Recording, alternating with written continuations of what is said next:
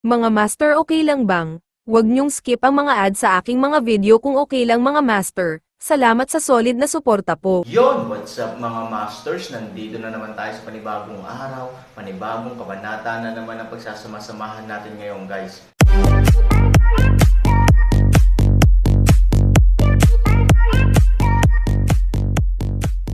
Bali mga masters, kung bago ka pa lang po sa aking YouTube channel, please click the subscribe button, lalong-lalo na po yung notification bell guys, para maging connected pa rin tayo sa isa't isa at maging updated kayo sa mga susunod ko pang video.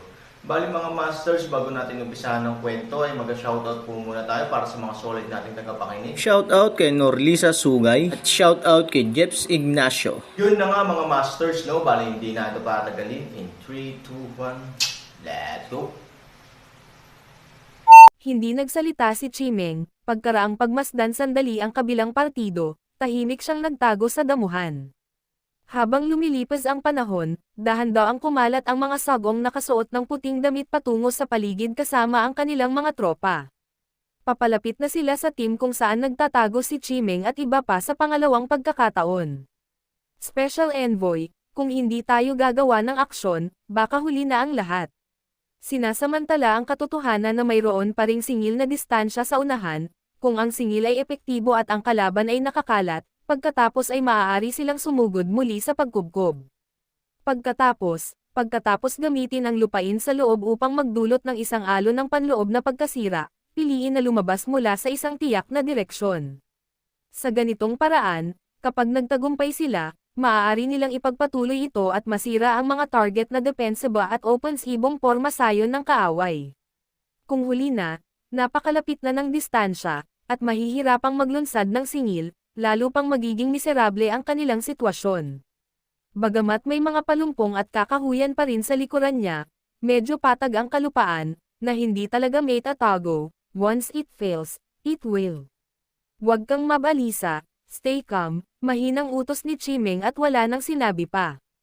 Gayunpaman, ang kanyang mga nasasakupan ay labis na nababalisa, alam niya ang kahalagahan ng sitwasyon ng labanan at ang kahalagahan ng sandaling ito, walang gaanong oras na natitira para sa kanila.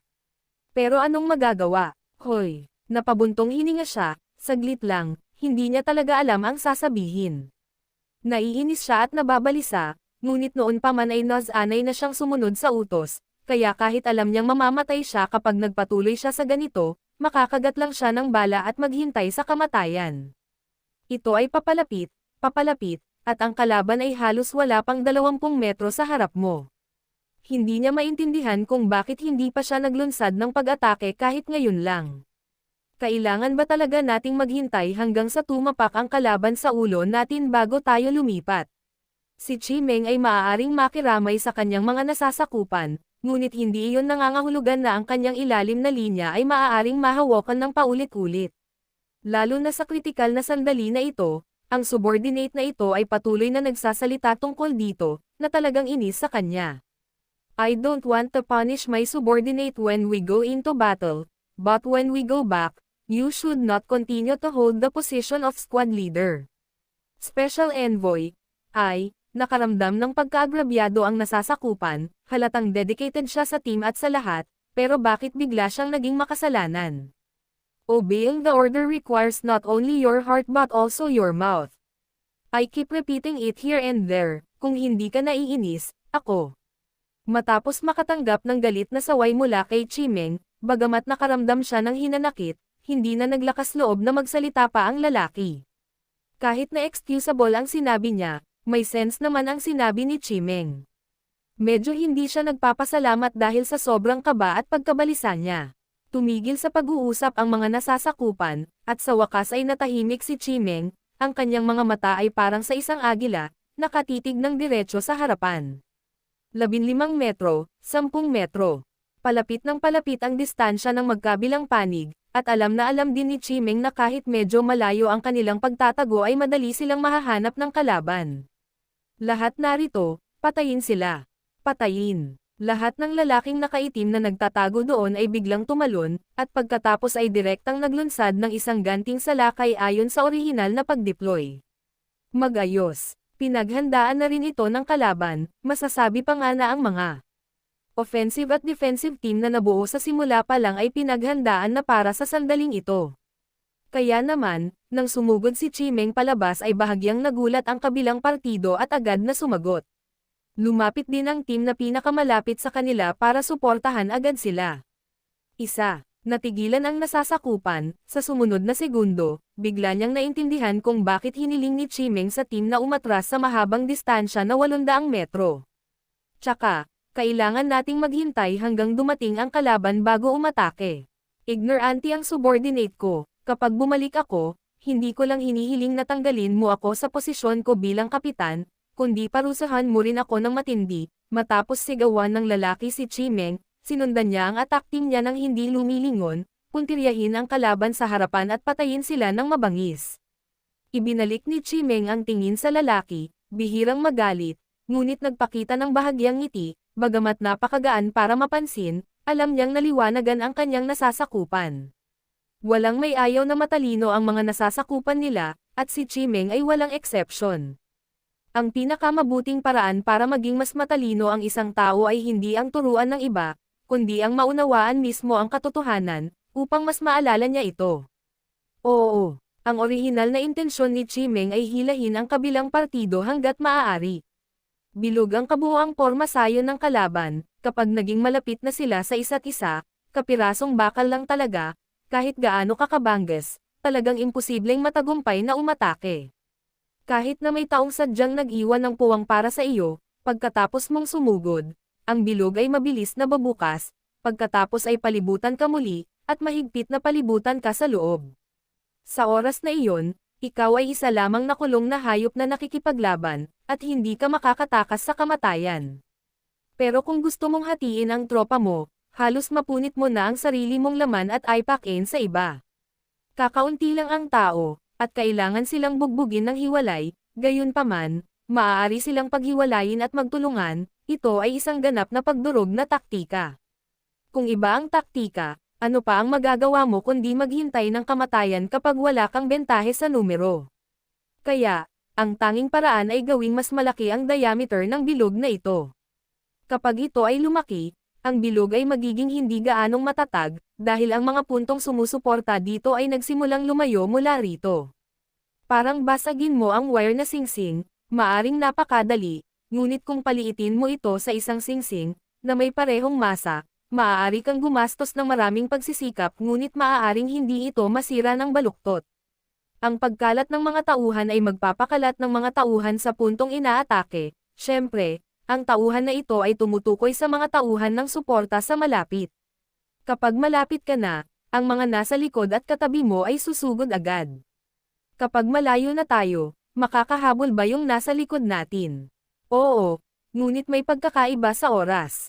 Ang oras na ito ay sapat na para sa mga piling tropang tulad ni Chimeng na maglunsad ng isang palihim na pag-atake. Napakaganda rin ng mga paghahanda ni Chimeng, tuwirang nilabanan ng mga tropang panlaban ang mga kalabang hukbong opens iba, habang desperadong inatake ng mga hukbong opens iba ang mga tropa ng kalaban. Gayunpaman, ang defensive force na ito ay hindi lamang literal na depensibong puwersa, ito ay tumutukoy sa mga hindi miyembro ng Liberal Arts Academy. Kaya naman, kahit anong pagbabago ng team ng kalaban, kahit sinong team na hindi galing sa School of Liberal Arts ay tiyak na matatalo ng husto ng mga tao ni Chimeng. Walang paraan sa paligid nito, bagaman ang ibang mga elite ay nagbigay ng malaking suporta sa puting sugo sa mga tuntunin ng mga numero. Seryoso rin nilang pinigilan ang koponan sa mga tuntunin ng kalidad. Sila mismo ang nakakaalam nito, sa makatuwid, hanggat hinahayaan ni Chimeng ang mga tao na maunawaan ang punto ng sakit na ito at ay target sila ng isang pambobomba, ang grupong ito ng mga tao ay mabilis na hindi makayanan ito, kapwa sa mga tuntunin ng kanilang sariling lakas at psikolohikal. At kung sila mismo ay nasa kaguluhan, ang tinatawag na offensive at defensive formation na kanilang itinatag ay maguguho sa isang iglap. Ito ang tunay na layunin ng pag-atake ni Chimeng. Napatunayan ng mga katotohanan na naging master na talaga si Chimeng. Nang magsimula ang gayong pag-atake, ang puwersa ng kaaway, na walang suporta, ay mabilis na bumagsak at natalo, at ang buong bilog ay opisyal na bumagsak. Nakakalungkot lang na ang Special Envoy in White, na siyang commander, ay nasa likod ng team sa oras na ito, halos hindi makatutuhanang sumugod agad para sumuporta. Kung gusto mong idirekta agad ang dispatch, halatang huli na. Ito ay syempre hindi isang pagkakataon, ngunit isang nakatarget na pag-atake na pinlano ni Chimeng mula sa simula. Kung ang mga puting sugo ay nahahati sa 17 koponan, ibig sabihin, sa batayan ng kasalukuyang sitwasyon, ang isa pang koponan ay puro sa gitna upang magsilbing punong tanggapan, pagkatapos ay gagamitin ni Chimeng ang parehong paraan sa pag-atake, ngunit hindi pipili ng kasalukuyang posisyon, at pipiliin ang mataas na lugar. Kapag nakalusot na siya sa defensive circle na ito, diretso na siya sa main camp ng kalaban. Sa oras na iyon, ang pangunahing kampo ng kalaban ay magugulo dahil dito, o kahit nagagawa ng isang emergency retreat, maaari niyang agad na iikot ang baril at atakihin ang anumang iba pang linya ng depensa tulad ng isang carbine, na nagdudulot ng kumpletong kaguluhan sa pagbuo ng bilog. Ngunit kung walang command team, kung gayon ang kanyang kasalukuyang paraan ng pag-atake ay ang sadyang idistansya ang sarili mula sa commander, upang hindi agad may padala ng commander ang mga tropa para sa pagtatanggol. Siyempre, ang pinakamahalaga ay iba ang susunod na hakbang. Sa ganoong matalinong pag-aayos ng pag-atake, bagamat kakaunti lamang ang mga tao sa departamento ni Chimeng, nagawa nilang kumpletuhin ang unang alon ng mga nakatutuwang pag-atake, ang bilog ay nagkawatak-watik at isang malaking puwang ang nabuksan. Charge sa inner circle. Malakas na sigaw ni Chimeng, at halos lahat ng lalaking nakaitim ay hindi interesadong makipaglaban, diretso silang sumunod sa kanya at mabilis na tinungo ang inner circle. Bilang isang resulta, ang buong sitwasyon ay biglang nagbago. Si Chimeng at iba pa, na napilitang umatras at kumalat, ay biglang naging mga taong napapaligiran ng inner circle. Talagang may pinag-aralan ang mga tao sa sikat na tindahan, bagamat sila'y unit, hindi sila ganap na nagkakagulo, mabilis silang muling nagsama-sama nang hindi nagutos ang sagong nakasuot ng puti, at lumingon sa isang iglap, mabilis na naglalayong palibutan sila, ang panloob na bilog ay mabilis na lumiliit sa parehong oras. Bilang isang resulta, ang isang maayos na organisadong hukbo sa isang bilog ay nabuo muli. Special Envoy, halata naman na gusto ng kalaban na mabilis na makalusot sa outer circle natin, tapos pagkapasok sa inner circle, susubukan niyang mag-break out. Sa pag-uulit nito, magagamit niya ang terrain na ito para hilahin to the limit. Halatang eksperto ang taong namumuno sa kabilang partido. Tumango ang sagong nakaputing damit, akala ko si Han Sanchen ay isa ng dragon at phoenix sa mga tao, at walang sino man sa mundo ang makahihigit sa kanya, ngunit hindi ko inaasahan na sa sandaling matapos akong magsalita, makakatagpo ako ng isang taong halos kapareho niya ng napakabilis. Talents. Siya ay talagang napakalakas, at ang kanyang mga nasasakupan ay bihasa din. Special Envoy, mukhang taga-Yetian City talaga ang mga taong ito. I am not trying to whitewash the previous group of people, but if you encounter these people when attacking Yetian City, it is indeed possible to suffer failure. Tumango ang sagong nakaputing damit, ang mga tao sa kolehiyo ng liberal arts ay nakapag-aral na, ngunit sa harap ng grupong ito ng mga tao, sila ay nasa likod pa rin ng kaunti. I really don't know where these people found or how they were trained. A mere 100 people ang pinaglaruan ang palakpakan ng halos 10,000 sa akin, it's really terrifying. Kung alam natin kanina, dapat mas marami pa tayong dinala mula sa Academy of Arts noong pinadala tayo ng mga tao at kabayo, the subordinate said. Ang espesyal na sugo na nakasuot ng puti ay nagwagayway ng kanyang kamay, na nagpapahiwatig na ang kanyang mga nasasakupan ay hindi dapat magsabi ng ganitong mga bagay, bagamat may 10,000 tao sa Wenyuan, nais din ng may-ari ng Nayo na alisin ang kalahati ng mga tao, ngunit hindi ito nangangahulugan na kailangan nating gawin ito. Ang tiwala ng mga tao sa itaas sa iyo ay ang tiwala mula sa itaas, at ang maximum na halaga na ibinigay sa iyo ay ang bottom line mula sa itaas. Ang paggawa ng mga bagay na may kabuluhan ay ang dapat mong gawin, ngunit hindi ito ang iyong sariling kakayahan.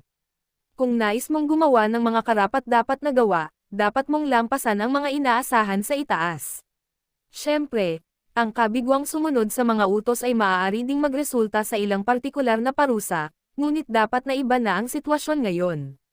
Ang Han Sanchen ay nasa isang sikat na tindahan, kaya ang tindahan ay nangangailangan ng maraming manpower para sa suporta. Ang engranding pormasayon na sa wakas ay itinayo ng Wenyuan Academy ay hindi maaaring ganap na matanggal dahil lamang sa mga tao na kailangang lumikas sa labas. Ang layout sa loob ay ang maingat na pagsisikap ng may-ari ng nayon sa loob ng maraming taon, at ang grand formation ng Wenyuan Academy ay ang pagsisikap na ginugol nila ng ilang oras, pagkakamali. Sa makatuwid, bilang isang subordinate, dapat mong malaman kung paano tasahin ang sitwasyon at kung kailan lutisin ang mga problema para sa iyong mga nakatataas. Espesyal na sugo, ano ang susunod na gagawin natin? Dapat ba tayong maglunsad ng pagkubkob at subukang paliitin ang bilog upang makabuo ng tugon? Kung hindi, malamang na atakihin tayo ng kalaban bago natin bawasan ang saklaw at subukang makalusot. Masakit sa ulo ang espesyal na sagong nakaputi, sa totoo lang, hindi siya nagmamadaling paliitin ang bilog na nakapaligid ngayon.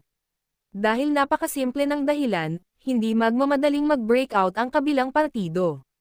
Maghihintay sila hanggang sa lumiit ang hanay sa isang tiyak na antas bago kumilos. Ito ay dapat na malinaw naman dahil pagkatapos ng pag-urong, ang lupain sa labas ay nag-iiwan ng silid para sa kanila, ngunit sa parehong oras, ang kanilang sariling mga tao at mga kabayo ay hindi sapat upang bumuo ng epektibong suporta sa isa't isa. Sa makatuwid, hindi siya nagmamadali, ang pinakakagyat na bagay sa ngayon ay ang pag-iisip kung paano masisira ang sitwasyong ito. Pero bigla na lang sa mga ganyang tropa at kabayo sumakit ang ulo niya dahil wala talaga siyang maisip na magandang paraan. Dinala din ni Chimeng ang kanyang mga tauhan at kabayo, halos lumiit sa pinakaloob na posisyon, gayunpaman, hindi rin siya nagmamadali, halos gaya ng iniisip ng sagong nakaputi, naghihintay nga siya ng pagkakataon. Ang dalawang panig ay nahulog sa isang kakaibang paghaharap sa ilang sandali. Ngunit si Han Sanchen, na nasa dagat ng dugo, ay nagpasya na pumasok muli sa dagat ng dugo at sumipsip ng ligaw. Pagkaraan ng ilang sandali ay huminga, nagsimulang unti-unting nagbago ang kanyang katawan. Yun na nga mga masters, no? Bali panibagong kabanata na naman yung natapos natin ngayong gabi. Muli, maraming salamat po talaga sa walang sawang suporta po sa aking YouTube channel na talagang inaabangan nyo po ang bawat upload ko po. Bali mga masters, magkita-kita ulit po tayo bukas ng gabi at ngayon po ay magpapaalam po muna tayo. Bali mga masters, bye-bye!